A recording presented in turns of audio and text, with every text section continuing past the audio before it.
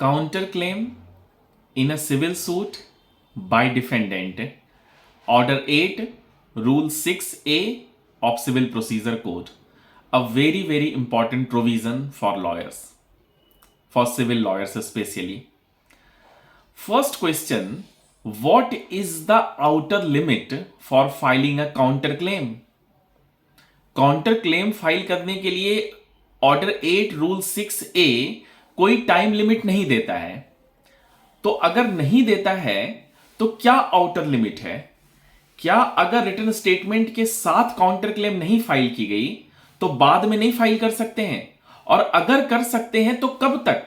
Weather order 8 rule 6A mandates an embargo on filing a counter claim, कि return statement के साथ ही आपने file करना है। रिटर्न स्टेटमेंट के साथ आप फाइल नहीं कर पाए तो बाद में आपको कोई मौका नहीं मिलेगा काउंटर क्लेम फाइल करने का।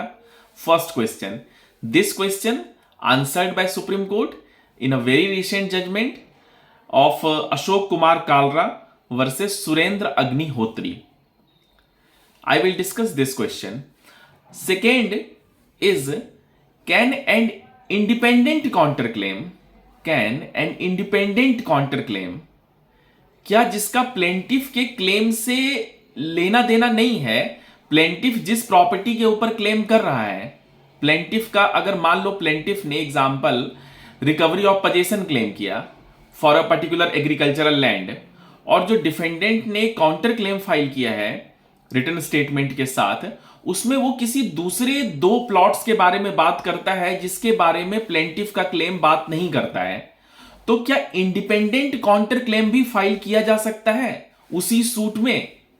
इस क्वेश्चन को भी आंसर किया है सुप्रीम कोर्ट ने in a very recent judgment, Satyendra versus Saroj, 2002 की जजमेंट, 22 की जजमेंट है, और पहले वाली अशोक कुमार कालरा की 2019 की जजमेंट है। तो हम ये दोनों क्वेश्चन डिस्कस करेंगे वन बाय वन, लेकिन उससे पहले थोड़ा ऑर्डर 8 रूल 6A को डिस्कस करते हैं कि काउंटर क्लेम है क्या। तो काउंटर क्लेम की जब बात होती है तो काउंटर क्लेम है तलवारबाजी। प्लेंटिफ ने एक सूट फाइल किया तो नेचुरली प्लेंटिफ का रिलीफ है, plaintiff is seeking relief, plaintiff is seeking relief against defendants. तो डिफेंडेंट का कहना है कि तुम्हारे पास तो क्लेम है, तुम्हारे पास एक कॉज ऑफ एक्शन है, मेरे पास भी एक कॉज ऑफ एक्शन है, मेरा भी क्लेम है, मैं भी इस प्रॉपर्टी पर टेनेंट हूं, मेरे को भी मेरे दादाजी की टेनेंसी थी, उन्होंने फिर मुझे आगे मेरे को दे दी, मेरा भी एडवर्स पोजीशन इस प्रॉपर्टी के ऊपर, मेरा भी क्लेम है, साथ साथ काउंटर मेरा भी कॉज ऑफ एक्शन है। यही इसलिए मैंने कहा कि ये वेपन ऑफ ऑफेंस है, सोर्ड है। तो आपका भी क्लेम है प्लेंटिफ का, आपका भी कॉज ऑफ एक्शन है, मेरा भी कॉज ऑफ एक्शन है। अब सवाल ये उठता है कि फिर काउंटर क्लेम क्यों, फिर डिफेंडेंट सूट क्यों नहीं फाइल करेगा? जैसे प्लेंटिफ ने एक सूट फाइल किया और क्लेम सीक किया, तो यहां पर चूंकि मल्टीप्लिसिटी ऑफ लिटिगेशन ना हो, 2 लोगों के बीच एक ही प्रॉपर्टी या एक ही तरह का विवाद है जिसको सुलझाने के लिए जो उसी सूट में डिस्पोज ऑफ किया जा सकता है, अगर उसकी वजह से, अगर उस काउंटर क्लेम की वजह से अगर सूट में कोई डिले होता है या जस्टिस प्रिवेंट होता है, तो there is a discretion of court कि वो वहां पर काउंटर क्लेम को रिफ्यूज कर सकती है, एक्सेप्ट नहीं कर सकती है। लेकिन चूंकि ये दोनों पार्टीज के बीच का डिस्प्यूट है, ये उसी सूट में डिस्पोज ऑफ हो सकता है, एक साथ हो सकता है, एक ही जजमेंट में प्लेंटिफ के सूट को भी आंसर किया जा सकता है, डिफेंडेंट के काउंटर क्लेम का भी आंसर किया जा सकता है। तो what is the need of multiplicity of litigation, why there is a separate suit? तो वहां पर यही टेस्ट भी है कि डिफेंडेंट उस पॉइंट के ऊपर सेपरेट सूट फाइल कर सकता है, उस कॉज ऑफ एक्शन के ऊपर सेपरेट सूट ला सकता है। तो इसलिए डिफेंडेंट को यहां पर एक मौका मिलता है कि नहीं, आप सेपरेट सूट ना लाएं, यहां पर ही कोर्ट डिसाइड कर लेगी कि क्या आपके बीच का डिस्प्यूट है, आपने उसके ऊपर काउंटर क्लेम फाइल कर दिया, तो वो काउंटर क्लेम अब डिफेंडेंट का प्लेंट हो गया। काउंटर क्लेम क्या हो गया? डिफेंडेंट का प्लेंट हो गया। अब प्लेंटिफ उसी तरह से उसका रिप्लाई कर सकता है जैसे प्लेंटिफ के प्लेंट का रिप्लाई डिफेंडेंट अपने रिटर्न स्टेटमेंट से करती है। तो ये है ऑर्डर 8 रूल 6A CPC में काउंटर क्लेम जिसके बारे में बात की गई है। और काउंटर क्लेम फाइल कौन करता है? तो काउंटर क्लेम फाइल करता है defendant in a civil suit. Order 8 rule 6A को जब आप रीड करेंगे तो वो बस इतना ही कहती है कि जो पेक्यूनियरी लिमिट है, काउंटर क्लेम फाइल करने की परमिशन है, लेकिन जो कोर्ट की पेक्यूनियरी लिमिट है उसको एक्सीड नहीं करना चाहिए। और दूसरी इंपॉर्टेंट बात, जो पॉइंट जो ऑर्डर 8 रूल 6A कहती है, वो ये है कि आपने जो कॉज ऑफ एक्शन है, ये इंपॉर्टेंट पॉइंट है, यहां पर ध्यान देना, जो कॉज ऑफ एक्शन है वो सूट इंस्टीट्यूट होने से पहले डिफेंडेंट का वो अराइज हो जाना चाहिए, या फिर रिटन स्टेटमेंट फाइल करने के पहले तक।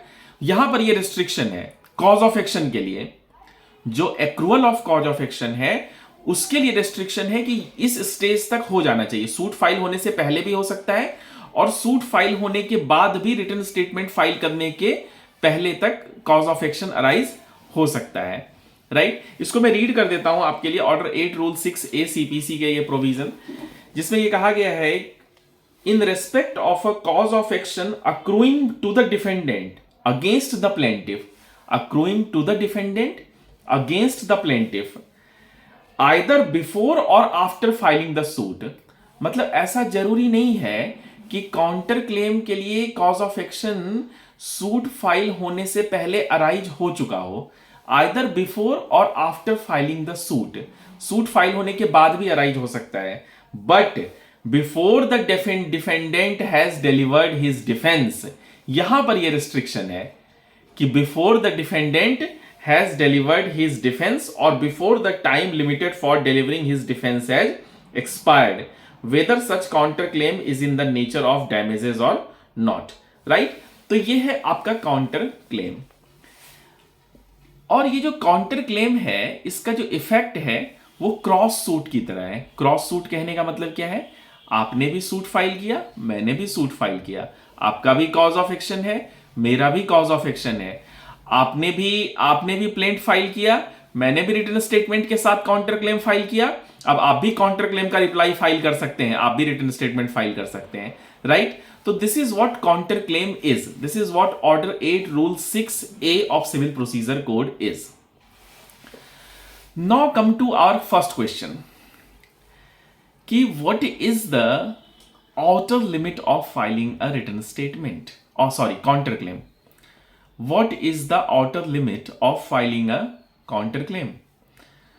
तो आंसर इज, रिटन स्टेटमेंट के साथ अगर आपने फाइल नहीं भी किया है तो भी आपको जब तक कोर्ट इश्यू फ्रेम नहीं कर देती है तब तक आपको काउंटर क्लेम फाइल करने का अधिकार है।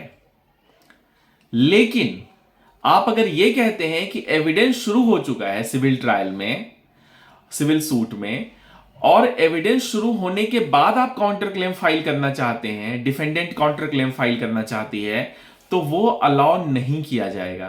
क्यों नहीं अलाउ किया जाएगा?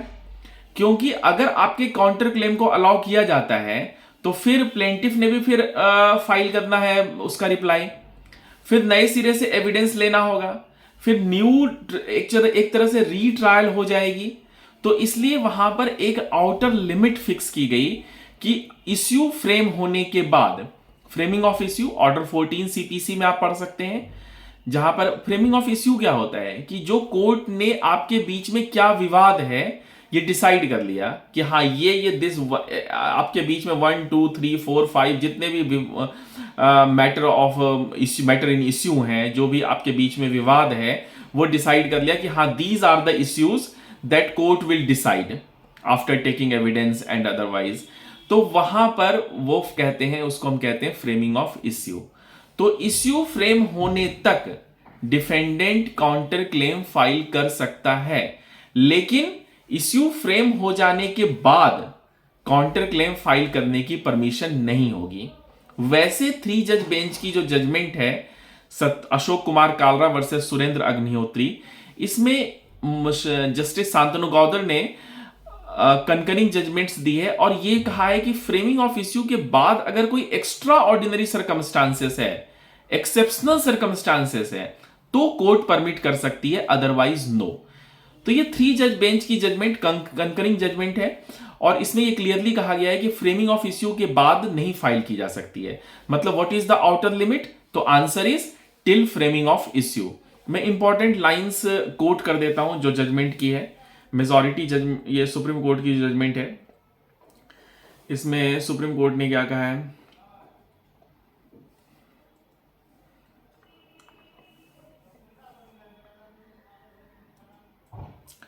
allowing a counterclaim to be filed after framing of issue would effectively result in a retrial of the suit। अगर हम अलाउ कर देते हैं फ्रेमिंग ऑफ इश्यू के बाद कि आप काउंटर क्लेम फाइल कीजिए तो रीट्रायल हो जाएगी सूट की। As the civil court would have to frame new issues, फिर से नई फ्रेम करना होगा। Both parties would have to lead evidence leading not only to prolonging of trial but also prejudice to the rights that might get vested with the plaintiff over the course of time। Nonetheless, the embargo on the filing of counterclaim after framing of issue is not easily reconciled with the requirement of delivery of defense by the defendant as provided in the Order 8 Rule 6A of CPC। right? तो इसमें जैसे मैंने आपको बताया कि justice Shantanu गौदर ने जो कहा है वो भी मैं आपको वो भी रीड कर देता हूं। In exceptional circumstances a counter claim may be permitted to be filed after a written statement till the stage of commencement of recording of evidence on behalf of plaintiff. यहां पर देखो क्या यूज कर रहे हैं। पहली बात हो गई जो जस्टिस एनवी रमन्ना की प्रोनाउंसमेंट थी कि आपने written state counter claim file कब तक करना है, इस फ्रेमिंग ऑफ इश्यू से पहले, इश्यू फ्रेम होने तक काउंटर क्लेम फाइल करना है डिफेंडेंट ने।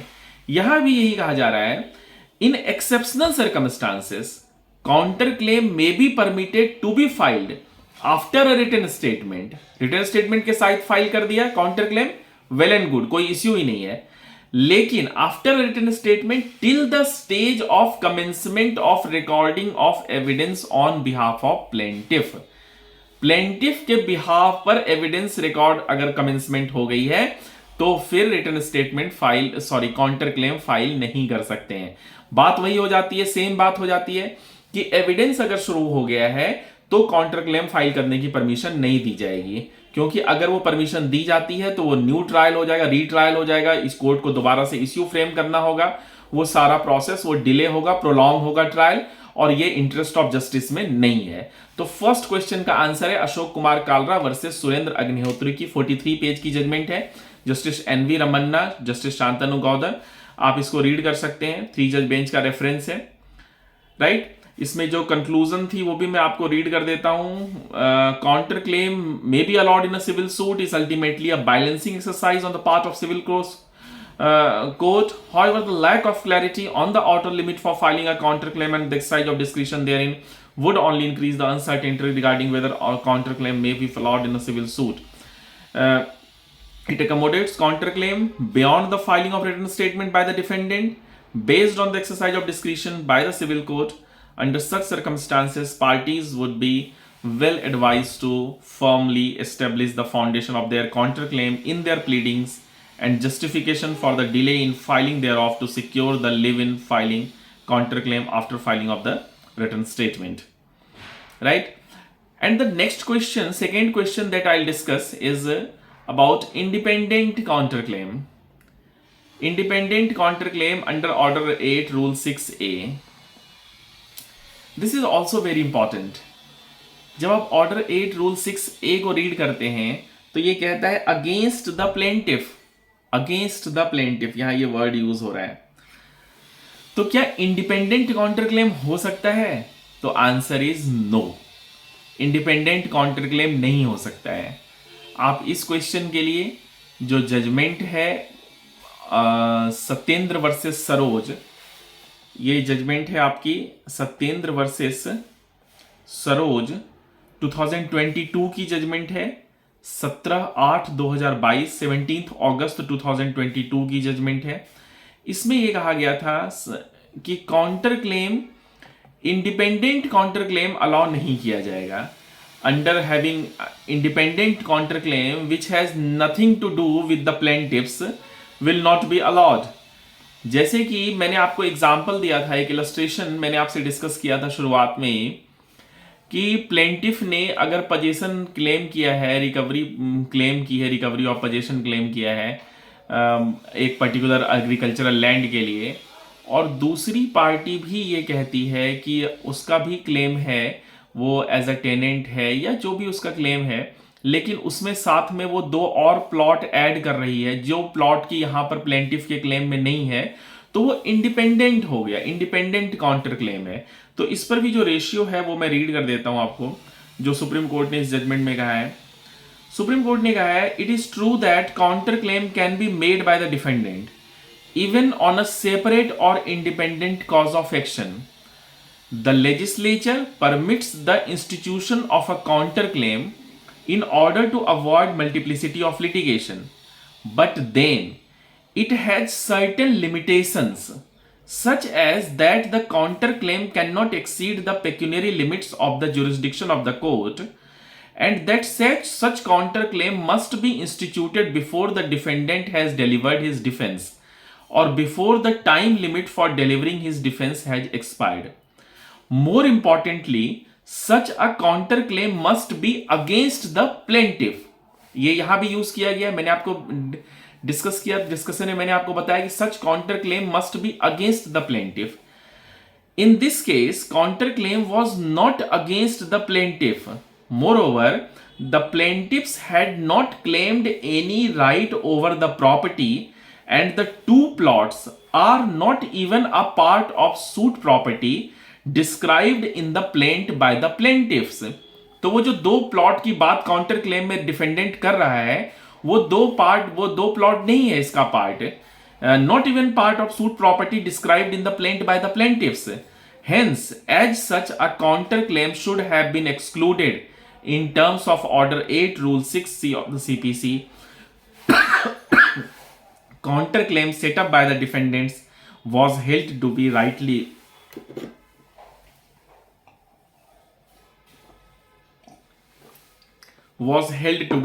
rejected by the High Court. तो कहने का मतलब है कि यहां पर independent counter claim which has nothing to do with the plaintiffs, independent counter claim which has nothing to do with the plaintiffs, वो अलाउ नहीं की जाएगी। तो यहां पर हाई कोर्ट ने रिजेक्ट किया था, तो सुप्रीम कोर्ट ने भी इसको अपहेल्ड किया। तो काउंटर क्लेम की डिस्कशन के लिए, आप काउंटर क्लेम को अंडरस्टैंड करने के लिए आप ये 2 जजमेंट सत्येंद्र वर्सेस सरोज की और अशोक कुमार कालरा वर्सेस सुरेंद्र अग्निहोत्री की आप रीड कर सकते हैं। अशोक कालरा की जजमेंट 2019 की है और सत्येंद्र वर्सेस सरोज की 2022 की है। A very important discussion, right? That's all, thank you.